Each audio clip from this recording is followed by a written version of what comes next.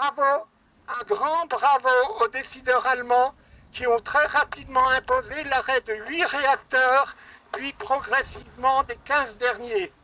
Alors que simultanément, sur cette même période de 12 ans, la France n'en a arrêté que 2, ceux de Fessenheim.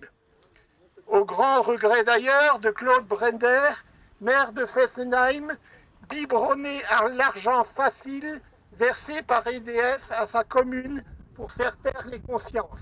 Je suis convaincu que nos amis allemands réussiront de la même manière la sortie du charbon pour 2030 parce qu'ils en ont la volonté et parce que leur Energiewende, basée sur les énergies renouvelables, porte ses fruits. La plaine du Rhin est désormais totalement débarrassée de toute production électronucléaire.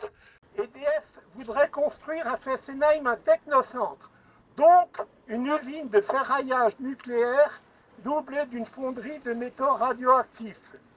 Pour y parvenir, EDF avance encore masqué, mais nous savons que les députés de Fessenheim, qui fait du nucléaire son cheval de bataille, soutient ce projet scélérat. La loi plafonnant à 50% le nucléaire a été abrogée.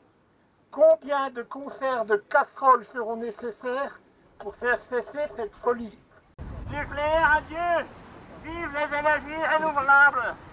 1, 2, 3! Bonjour avec Alligance, nous faisons le tour du monde et on regarde tout. Et nous nous étonnons du pouvoir qu'a l'amour. Et nous dormons tous les deux à point fermé sur notre droit. Il est vrai que pour eux, le nuage de Tchernobyl s'est arrêté tout à l'heure là où on a traversé le Rhin. Ce symbole du mensonge d'État n'a pas suffi à ouvrir les yeux de nos élus, des politiques de la région qui rêvent actuellement de recommencer un nouveau programme nucléaire. L'anticipation la plus pertinente et la moins risquée pour notre santé, c'est de se tourner vers la sobriété énergétique et les énergies renouvelables.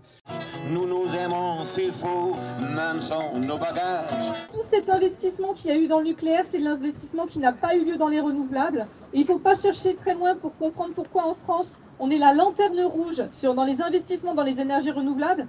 La France est le seul pays à ne pas avoir tenu ses engagements au niveau de l'Union européenne pour le développement des énergies renouvelables, et c'est parce qu'on a choisi à chaque fois de pousser pour le nucléaire avec, vous le savez, en dernière info, c'était avec la taxonomie verte européenne où Macron a été très très heureux de faire rentrer le nucléaire dans les énergies de transition qui leur permettent encore d'avoir des aides.